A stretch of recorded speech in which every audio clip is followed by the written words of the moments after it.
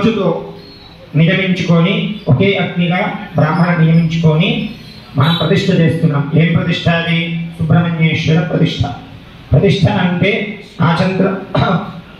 ఆచంద్రార్కము. అలాగే సూర్య చంద్రుడు ఎంతవరకు అయితే ఉంటారో అంతవరకు కూడా విగ్రహం శ్రేయస్సు కలగాలని చెప్పి మనం ఈ ప్రతిష్టను ఆచరిస్తాం. విశేషంగా ఈ సుబ్రహ్మణ్య కానీ కాలసర్ప దోషాలు కానీ ఏమున్నా కూడా తొలగిపోతారు. మామూలుగా నాగప్రతిష్ఠ చేస్తేనే మనకు దోషం తొలగిపోతుంది. అంతకంటే విశేషం ప్రత్యక్షంగా సుబ్రహ్మణ్యేశ్వర స్వామిని ఆవాహన చేయటం. ఒక రూపంలో సుబ్రహ్మణ్యేశ్వర స్వామి వాయుప్రదత్తంగా సర్పరూపంలో ఉంటాడు. అందుకని సుబ్రహ్మణ్యేశ్వరుడికి మరొక రూపం సర్పం. కాబట్టి అటువంటి రూపంతో కూడా విగ్రహంలో చూసినట్లయితే సర్పంలోనే ఆ సుబ్రహ్మణ్యేశ్వర స్వామి మళ్ళీ దేవసేనా సమేతంగా ఉన్నాడు. అటువంటి విగ్రహారాధన చేయడం, విగ్రహ ప్రతిష్ఠ చేయడం అనేటువంటిది పూర్వజన్మ సమృద్ధం.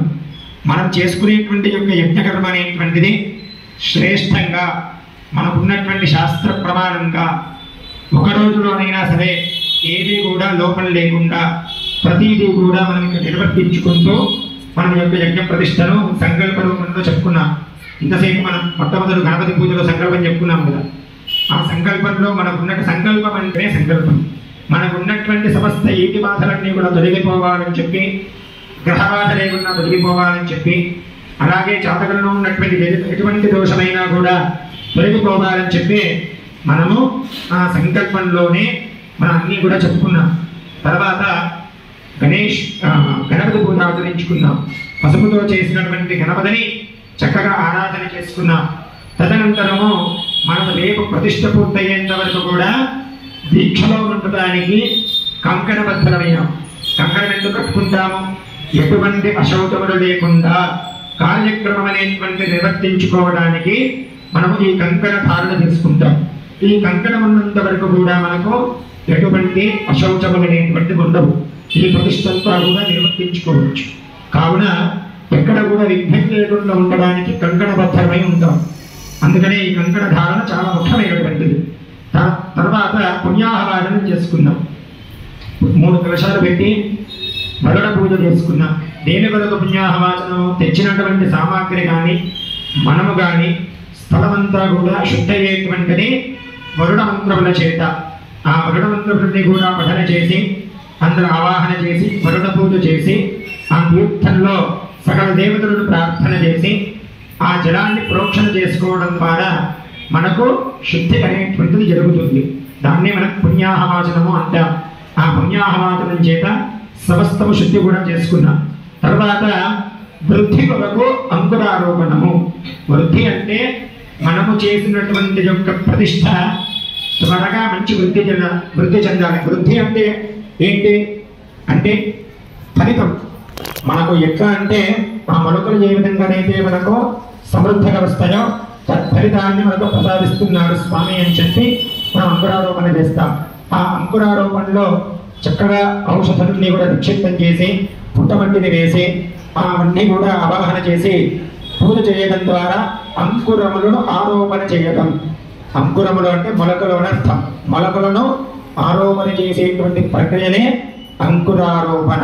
ఈ అంకురారోపణ కార్యక్రమము ఆచార్యులు వారు చేస్తూ ఉన్నారు. తదనంతరము దీక్షాధారణ ఉంటుంది. అంటే ప్రతిష్టను ఆచరిస్తున్నామని అర్థం. తదనంతరము మనకు స్వామికి అధివాసము. అధివాసము అంటే మామూలుగా మనము 3 రోజులు ప్రతిష్ఠ చేసుకుంటే ఒక్కొక్క అధివాసం ఒక్కొక్క రోజు చేస్తాం. కానీ మనకు ఉన్నటువంటి సమయము ఒకటే రోజు. అంటే ఈ పూట మాత్రమే ఉన్నది, రేపు మళ్ళీ ఉదయం మాత్రమే ఉన్నది. దాంట్లోనే మనం అన్నీ కూడా చేసుకుంటూ రావాలి. అంటే ఎక్కడ కూడా లోపం లేకుండా ప్రతిదీ కూడా ఆచరించుకుంటూ రావాలి. కావున జనాధివాసం సమృద్ధిగా జరిగినట్లయితే స్వామికి విశేషమైనటువంటి యొక్క శక్తి వస్తుంది. విగ్రహం అనేటువంటి ఇప్పటి వరకు కూడా అది కేవలం రాజ మాత్రమే. ఉన్నటువంటి ముఖమంతా కనబడుతుంది, హస్తపాదాలు కనబడుతాయి, సర్వం ముఖమంతా విగ్రహం కనబడుతుంది. కానీ అందులో ఎటువంటి చైతన్య రూపం అనేటువంటిది ఉండదు. కేవలం శిల్పి చెక్కినటువంటి యొక్క రూపం మాత్రమే ఉంటుంది. దాంట్లో ప్రాణశక్తి ఎట్లా వస్తుంది? చేసేటువంటి యొక్క ప్రతి యొక్క క్రియ ద్వారా, ప్రతి క్రియ నుంచి వచ్చేటువంటి యొక్క మంత్రముల ద్వారా శక్తి అనేటువంటిది ఒక్కొక్క ద్వారా ఒక్కొక్కటి లభిస్తూ వస్తుంది. జలాధివాసం చేయడం వల్ల సంధి సముత్పన్న దోషము, అగ్నిటంకాట దోషము. మామూలుగా ఒక విగ్రహం చెక్కాలి అంటే దేన్ని పెట్టి చెప్తాడు శిల్పి? ఒక ఉల్లి పెట్టి గట్టిగా శుద్ధ పెట్టి కొడితే ఆ విగ్రహం కొంత రూపం వస్తుంది. దాంట్లో నుంచి ఏమొస్తుంది? అగ్ని వస్తుందా? ఆ అగ్నిటంకాట దోషము అంటారు దాన్ని. సంధి సమత్పన్న దోషములు. మామూలుగా మనకు చెవులు ఉన్నాయనుకోండి, కళ్ళు, ముక్కు, నేరు, ఇవన్నీ కూడా శరీరానికి తగ్గట్టుగా సంపూర్ణమైనటువంటి యొక్క రూపాన్ని కలిగి ఉంటాయి. అర్థమైనా? బ్రహ్మాండమైనటువంటి శరీరానికి సంబంధించి ఉంటాయి. అరూపమైనది, స్వరూపం కాస్త అరూపమైనది. అక్కడే విగ్రహం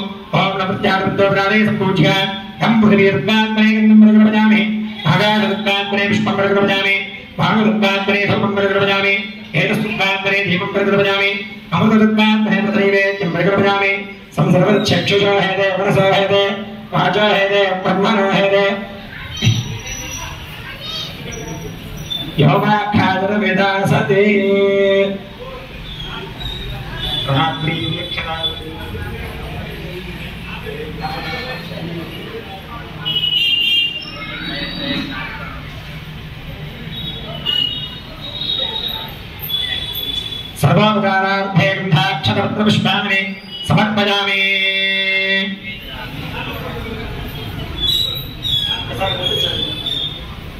ब्रह्मादिपुञ्जपादकाशदेवराजनमः शुष्कखर्जूरफलनिवेदनं समर्पयामि। सर्वोपचारान् समर्पयामि। अक्षतः वेसयन्ति। सर्वोपचारार्थे अक्षता नमस्कारान् समर्पयामि। अनजाकृतभूतज बोधाग्रौक्तप्रकारेण अंकुरारोपणे भगवान् सर्वात्मकाकृतं श्री परमेश्वरार्पणमस्तु। आचार्यादृत्वपरणं करिष्ये। आचार्योपसंपदे अस्मिन् संकल्पे जगद्गुरुणे आचार्यं वृत्तिं पावहं प्रदे करकन् यथा चतुर्मुखो ब्रह्मा स्वर्गलोके विरामः तथा त्वं यज्ञेऽस्मिन् ब्रह्मा भवतिजोत्तमः। अस्मिन् संकल्पित प्रतिष्ठा यज्ञकर्मणि ब्रह्माणं त्वाम् अहं वृणे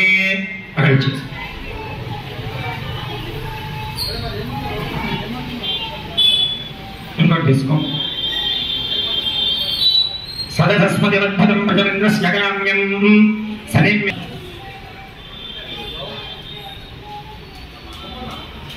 संकल्पित यज्ञकर्मणि प्रतिष्ठा यज्ञकर्मणि सर्वोपत्रष्ठं त्वामहं वृणे। यूयं यथाशक्ति तत्तु प्रतिष्ठा यज्ञकर्म कुरुध्व नमस्कारं చేసుకోండి। పదం కుర్మః।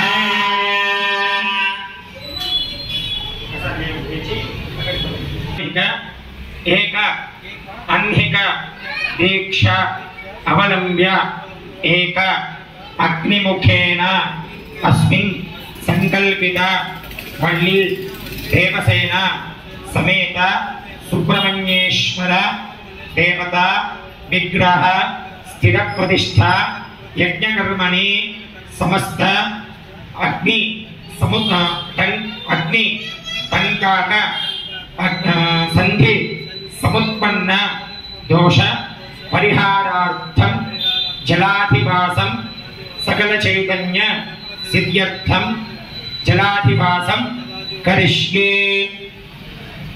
जलाधिवासांगत्वेन पगड़ पूजां करिष्ये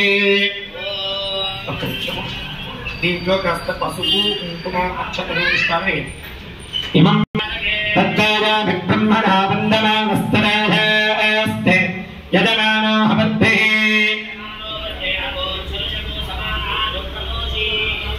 सकलपूर्धापुगतिं जले वरुणमावाहयामि जलस्थितदेवताभ्यो नमः जलमात्रो जीवमात्रो देवताभ्यो नमः ॐ जलस्थितदे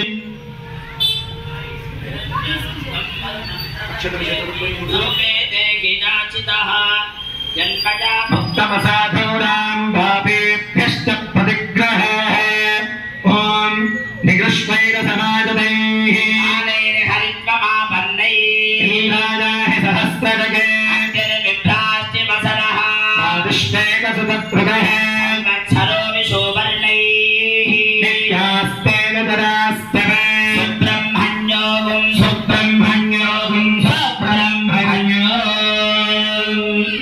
कार्तिकेयं महासेनं शिखिवाहन धारिणं रक्तांबरं स्कंदं तं नमामि షడాననం అక్షతలు వేలు స్వామి దగ్గర చక్కగా నీళ్లు తీసుకొని ఒక చెంబుతోటి నీళ్లు పోస్తూ ఉండండి. సహస్రశీర్ష పురుషః సహస్రాక్ష సహస్రపాదే ఓం విశ్వతో బ్రహ్మనిష్ఠాంగురం పురుషదేవేదకం సర్వం భూతయ్యచ్చ భవ్యం ఉదామృతస్యేషానః నాదిరోహతి ఏతావానస్య మహిమా అయోజ్యాదాగుశ్చ పురుషః ఆలోస్య విశ్వభూతాని మానస్యామృతం దివి తదోర్థపదే పురుషః ఆలోస్యేహ భవాత్ పునః విశ్వగ్రామదే శాసనానశనే అభి విరాజాయత విరాజో అధిపురుషః రాగో అత్యరిచ్యతే అస్మాద్భూతమథో పురః పురుషేణ హవిష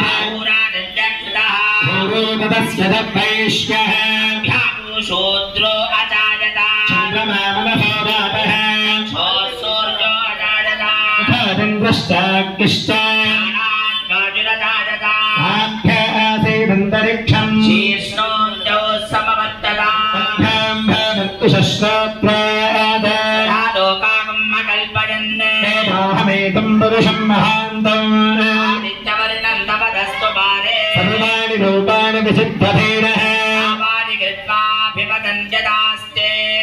दाता पुरस्ते दाता पुरस्ताद्यमुदाधारा चक्र प्रविद्वान् प्रतिशस्त्रस्य एवं विद्वान् अमृतैः भवति नान्यपन्था अजनाय विद्यते येन यज्ञमयजन्त देवा धर्माणि प्रथमान्यासन्ने अनागं महिमानः सदन्ते प्रभोरुपे साध्याः सन्ति देवाः सम्भूत पृथिव्यैरसा विश्वकर्मणः समवर्तताधि तस्य त्वष्टा विदधद्रूपमेति तत्पुरुषस्य विश्वपादानमग्रे अहमेतं पुरुषं महान्तमो आदित्यवर्णं तमसः परस्ते सर्वाणि रूपाणि विजित्य धीरः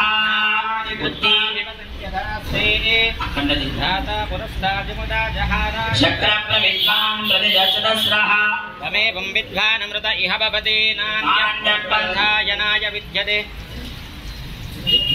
आन्यपन्था विद्यते नामदिश्यति गर्भे अन्तः जायमानो बहुधा विजायते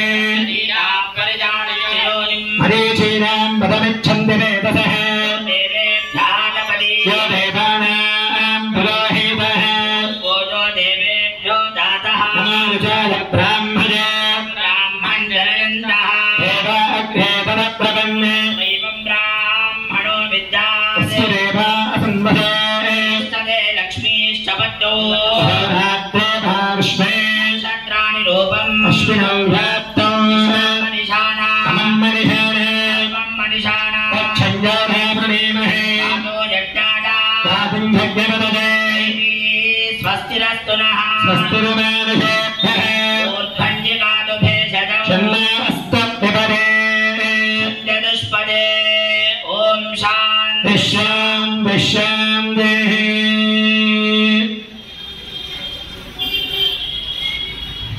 श्वासन्नस्तवतु सूर्यः अहानिशम्भवन्तु नश्यमोराग्रे प्रतिधीयताम् शपुषाणोऽद्युच्छतु समानित्यमुदेतु नः शिवानः सन्तमा भव सुमृढीका सरस्वती मा देव्योपसन्दृशी इडा देवास्वदिवास्तु मद्वास्तु मन्दो भूजास्ममावास्तु ओश्चित्स्मह्यवास्तु स भूजाद्योऽस्मान्वेष्टिनं च भजन् विश्वः प्रतिष्ठासि प्रतिष्ठावन्तो भूजास्ममा प्रतिष्ठाद आश्चित्स्मह्य प्रतिष्ठः स भूजाद्योऽस्मान् द्वेष्टिनं च भजन् विश्वः आपातवाहि भेषजं विवातवाहि जद्रपः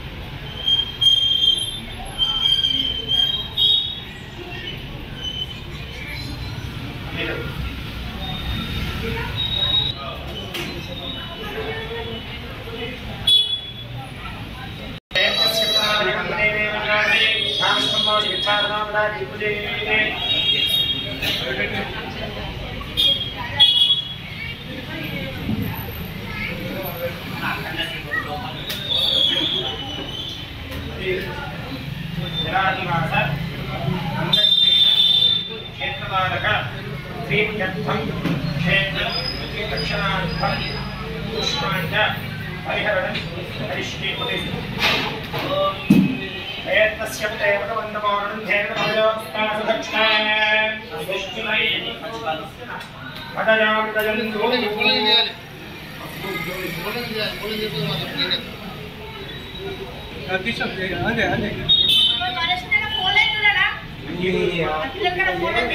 Kan?